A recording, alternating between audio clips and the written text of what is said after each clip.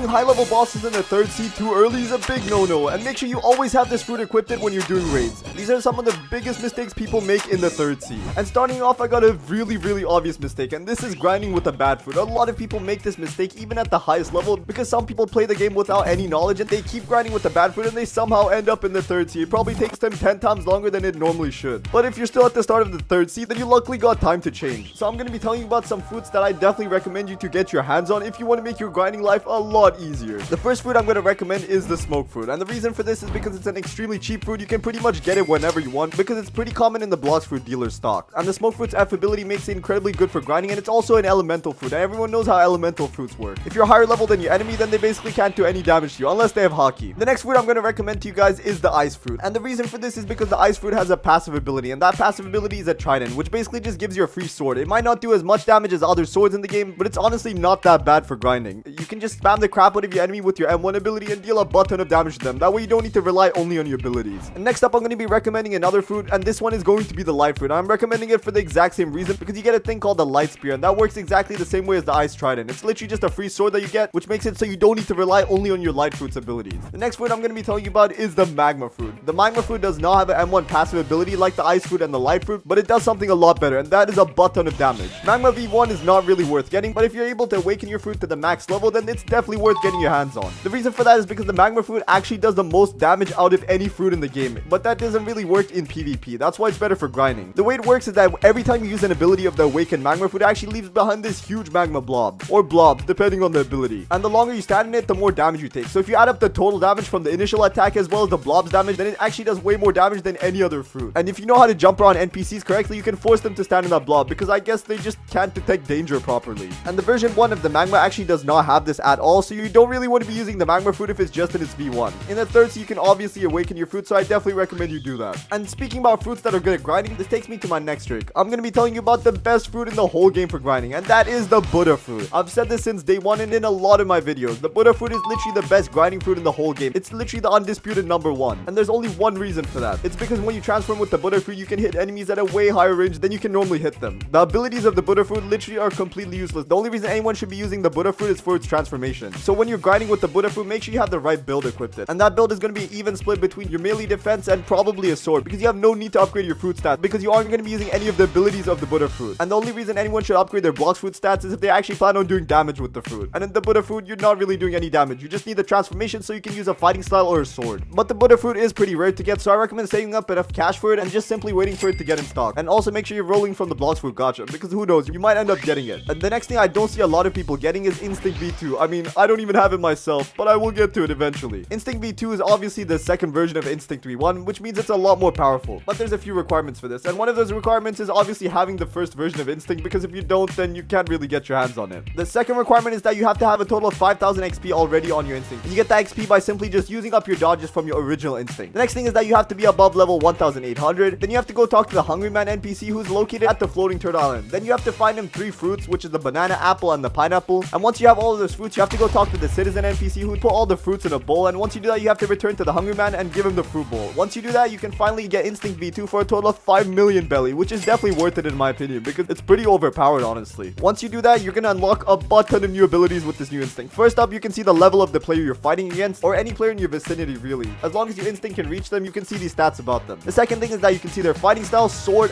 Blox fruit, and gun. Literally their whole inventory, basically. Or I guess only their relevant part of the inventory, because you don't really care what they have in their actual inventory. You just want to see what they're decked out with, so you can choose whether you want to fight them or run away from them. If I see someone with the Kitsune fruit, you already know I'm running away. I'm not trying to deal with all of that. The next thing that I still see a lot of people doing in the 3rd sea is awakening useless fruits. This is pretty self-explanatory. You don't want to be awakening fruits that are useless because they're bad fruits. Some people just awaken them for literally no reason, just to say they awakened the fruit, and honestly, it's not really a flex to waste fragments, so I don't understand why people do this. The next thing I'm going to be telling you about is a really overpowered accessory that you can get in the 3rd sea, and that is the Leviathan shield, and you get it from the Beast Hunter NPC. And this is actually one of the few accessories in the game that you do have to craft, and it costs a total of 1 mirror fractal, 30 Leviathan scales, 10 electric wings, and 20 fool's gold. And once you craft this accessory, you're going to gain a 15% defense against melee, sword, and gun attacks, which is already decently good. You also gain a 30% defense against sea events, which is literally just a second hockey for sea events, which is really overpowered. And then you also get a 90% protection against sea damage, so you basically have the Shark V1 race at all times, because you're not going to be taking that much damage in the sea. And you also gain a total of 1,000 health. I mean, there's literally no downsides to this accessories. rays. But if I had to choose a downside, I would definitely say it's kind of a waste for shark users because they already have immunity to water, so that 90% protection isn't really going to do much. So if you have the ability to get your hands on a shield, I definitely recommend doing so. The next mistake is pretty controversial, and it isn't really counted as a mistake in certain circumstances, and that is rolling the Blox food dealer. You don't want to be rolling the Blox food dealer if you're literally broke. I literally had a friend once who used to save up just enough money to roll from the Blox food dealer, and he would just waste his money on that, and he never ended up getting any of the other abilities like Electric Claw or Instinct V2. Make sure you save up money first, get all the necessary stuff like any swords, guns, Blox foods, or literally anything that you want, and then start rolling the Blox food dealer. Even though you can get lucky with the dealer, at the end of the day, it's all up to chance. You can't really decide what fruit you get. But on the other hand, if you're super rich and have a lot of spare money to use, then go ahead, roll the dealer. Who cares? Spend the money you have. And if you keep rolling him, you should get something good eventually. The next mistake that I see a lot of people making is trying to get God Human. Everyone knows that God Human is the best fighting style in the whole game, but I'm not even going to talk about how long it takes to get it. It's a very long and tedious journey. You need to basically have every fighting style in the game except Sanguine Arts at least a 400 level mastery. And that includes the fighting styles from the first sea and the second sea, so you already know it's going to take a butt ton of time. On top of that, you need a lot of crafting ingredients and you need to pay a butt ton of belly. And since you need literally every fighting style in the game, the total cost for God Human is literally 20,400,000 belly and 25,000 fragments. Does that sound like a fair trade to you? Well, yes and no. Once you're done with the game and you have nothing better to do and you don't really need to level up, then if you want, you can go ahead and get God Human. But I definitely don't recommend getting it unless you're max level, because it would honestly just be a huge waste of time and you can gain a butt ton of levels and game progress before you end up getting God Human. And also keep in mind, it's easier to upgrade fighting styles if you're fighting against higher level NPCs. So even if you're trying to rush God Human, it technically might be faster to finish the game and then get it. The next mistake that I still see people making in the third seed is doing raids that you cannot do. Some people just waste their money on raid chips by trading in a fruit or paying a butt ton of cash, and I definitely don't recommend doing this. Just stick to raids that you can do. So if you're doing raids just for fragments, make sure you're only doing the flame or ice raid, because those are the easiest raids in the whole game. There's no point in doing the light raid or the sand raid or anything too difficult. But if you're trying to awaken your fruits, then you can definitely go for it. Just make sure you get friends to help you. And this rule still applies to that. Don't try and solo a raid if you're low level. You're probably not going to be winning. But if you do try, well, I guess good luck. I can't really stop you, can I? This next mistake is a point that tracks back to something I mentioned before. It's similar to getting God Human and wasting time, but this isn't really the same thing, and that is people that like to PvP. There's really nothing wrong with PvPing, but honestly, it's just a huge waste of time. I know it's fun to do every now and then. The main point of the game is to reach max level, and this isn't just a third sea mistake that I see people making. I see this happen in the first sea and the second sea. Before you focus on PvPing, make sure you get yourself to max level, because that's where the real PvP journey starts. Once you reach max level, you can pretty much do whatever you want. You're literally the boss of the game. You literally finished it. You defeated Blox fruits. So technically, once you're done, the only thing left to do is really PvP, or get your hands on some things you haven't gotten before. This next mistake ties back to what I said about raids. If you want a 100% success rate at doing raids, you should definitely be using the Buddha fruit. I don't think I've ever lost a raid while using the Buddha fruit. It's literally just that overpowered. It's overpowered for grinding and raids. It's literally a 2-in-1 fruit. And if you had to force yourself to use one fruit for your whole Blox fruits journey from level 1 to 2,550, then you should definitely be choosing the Buddha fruit. It's literally an all-rounder fruit. It's literally good at everything. This next mistake I don't see a lot of people making, because it's a pretty easy mistake to avoid, and this is fighting against bosses that are too high level. Some people will try and fight bosses even if they're way higher level than them just to get some drops. I can give you an example of this in the second sea. In the second sea, there's an NPC called the Awakened Ice Admiral, and this NPC basically lets you get the Death Step fighting style as well as the Rengoku sword. And I see some people that just enter the second sea go and try and fight him, and they just end up dying because you're not powerful enough to fight that boss. Just wait till you get a bit higher level, or if you have any friends that are way higher level than you, then you can get your help. Just make sure they don't do more than 90% damage to the boss, because then the kill won't count and you won't end up getting any drops. Next mistake is also really easy to avoid. I don't see many people doing this in the third sea. This is mostly a second and first sea mistake, but I'm still going to tell you about it just in case. And that is trading in good fruits to start a raid. Everyone knows that there's two different ways to get a raid microchip. The first way is by paying 100,000 belly, and the second way is by trading in a physical fruit. And sometimes I see people trading in really good fruits like the magma fruit just to get their hands on a raid chip, which is honestly not worth it in my opinion. Make sure you're trading in terrible fruits like the rocket fruit, the spin fruit, or literally anything terrible. Doesn't really matter as long as it's trash. Don't waste your good fruits. You can trade them for better ones. And that's pretty much it.